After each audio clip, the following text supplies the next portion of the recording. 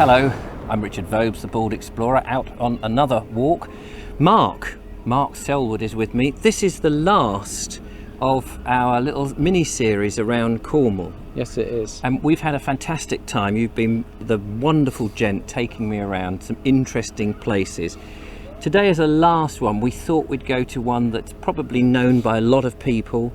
It's a bit touristy because it's very picturesque, but I suppose it's nice to come to Cornwall and do something that everybody knows. So I'm going to be, what do you call them? Emmets. They're the sort of tourists or the grockles that they say in Dorset. That's it, grockles. Grockles, Never heard of that. I'm going to be that because I'm not from here and call it Mousehole.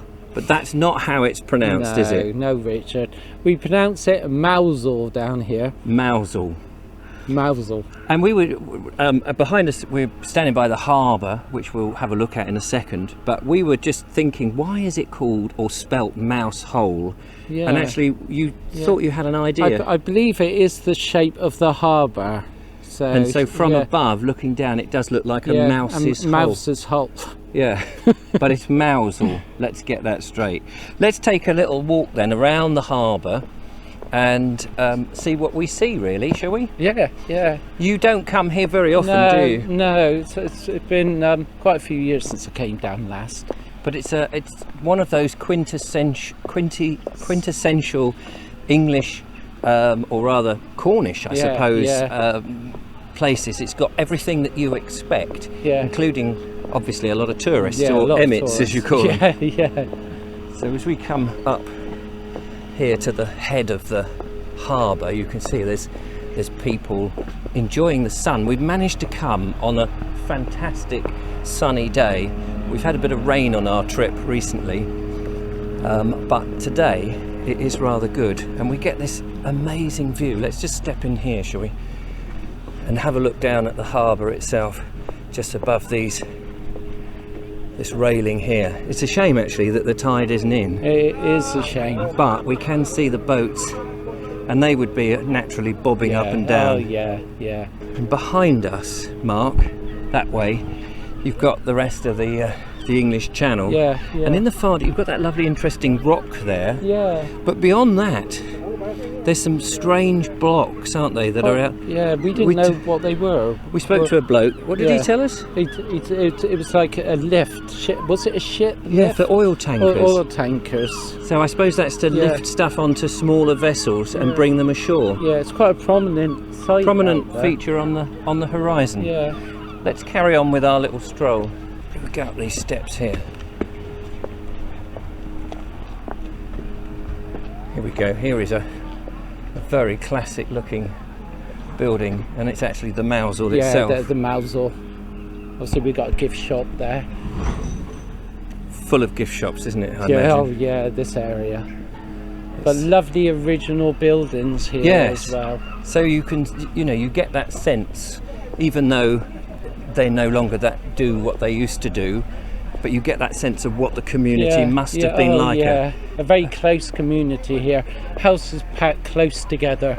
Yes, very much so. And of course, they've built in all that granite, which is the familiar feature. So we've got small alleyways here. Oh yeah, let's have a quick look down this alleyway. Here we go. Yes, unfortunately, of course, in these videos, we've only got 10 minutes and you can barely cover anything, which is a shame. It would be nice to come back and do a proper study of a village.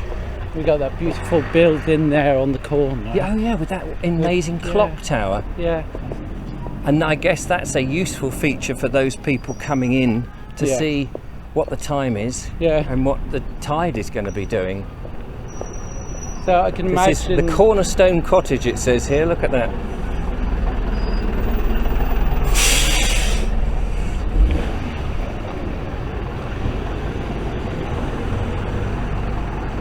Let's carry on along the harbour here, past the War Memorial, get a different view back. Look at that behind us there. You can see why people choose to come here. It is particularly lovely. It's very pretty. And further down there you've got cottages, people sitting outside the cottages in the distance, and all this It's just very lovely. I know.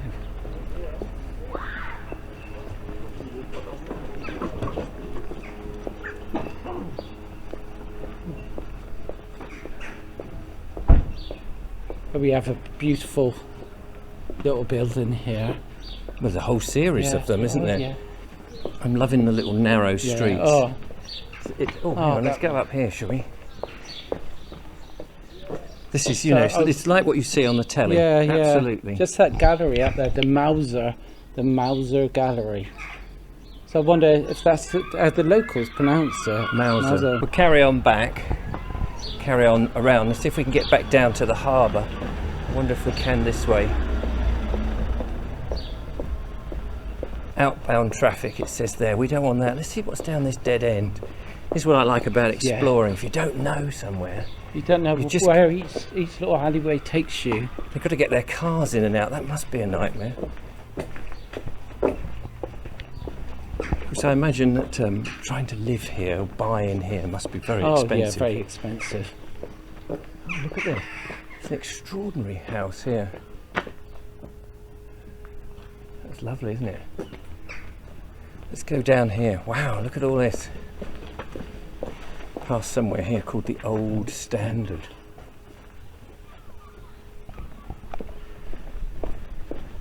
Oh yeah, we can get back down to the harbour. This is incredible. And there you can see the harbour entrance. Hang on a minute, you can see the harbour entrance there. We'll go down. I think we'll go down onto the beach, shall we? Okay, yeah. Come down here. I say the beach, I mean actually onto the harbour. Look, you can get down these steps. Love the smell of the harbour, don't you?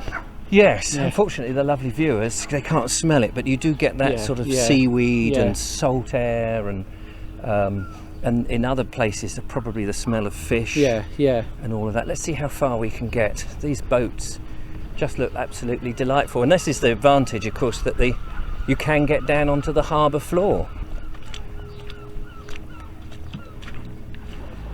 And then the faint ripple of the water coming in to the harbour there. I wonder how many hours it will take before the harbour is filled up. Oh yeah, quite a few hours yet. What a lovely view that is. I don't know what time my boat's coming in to take me back to Worthing, but hopefully it won't be too long.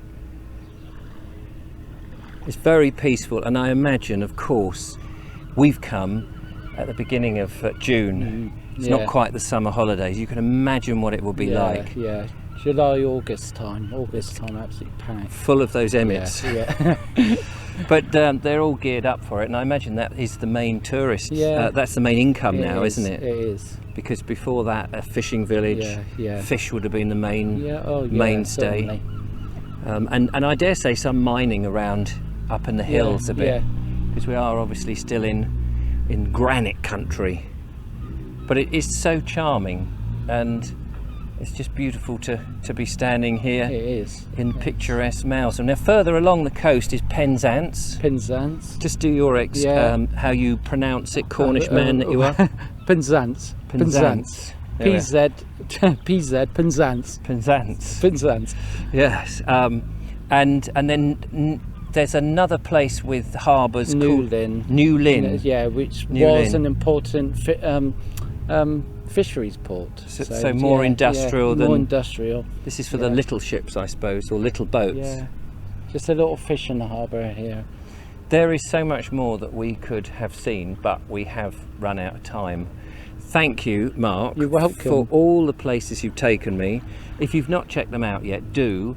They'll be all on YouTube and Facebook, and check them out. But I will come back. Will you take me around when I come back? Certainly will. That's very kind. Certainly will.